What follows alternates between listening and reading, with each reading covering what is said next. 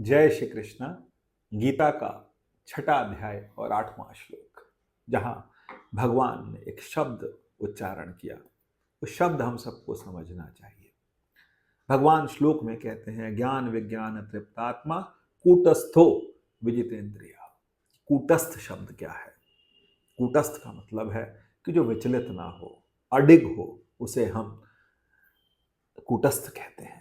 भगवान कहते हैं जिसका अंतःकरण ज्ञान विज्ञान से तृप्त है, जिसकी आत्मा स्थिर है, जिसकी इंद्रियां वश में हैं, और जिस उस व्यक्ति के लिए जिसकी इंद्रियां वश में हैं और जिसकी आत्मा स्थिर है, जिसकी आत्मा स्थिर है, उसी को कूटस्थ कहा जाता है। जो उस परमात्मा में सदैव स्थिर रहता है, उस व्यक्ति को कूटस्थ कहा जाता है। और ऐसे व्यक्ति के लिए भगवान कहते हैं कि उस व्यक्ति के लिए मिट्टी, पत्थर और सोना सब समान है। वे व्यक्ति योगी जैसा है, क्योंकि वह भगवत को प्राप्त है, उसने परमात्मा को प्राप्त कर लिया, उसने जीवन के लक्ष्य को प्राप्त कर लिया।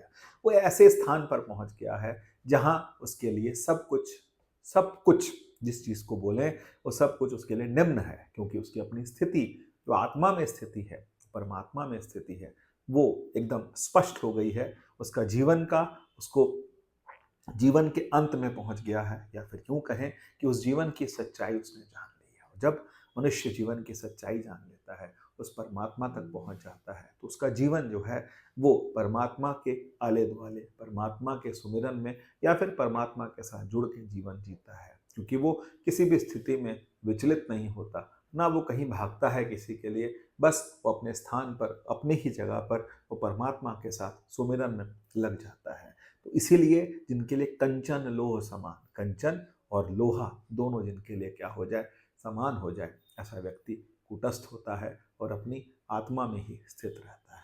जय श्री कृष्ण।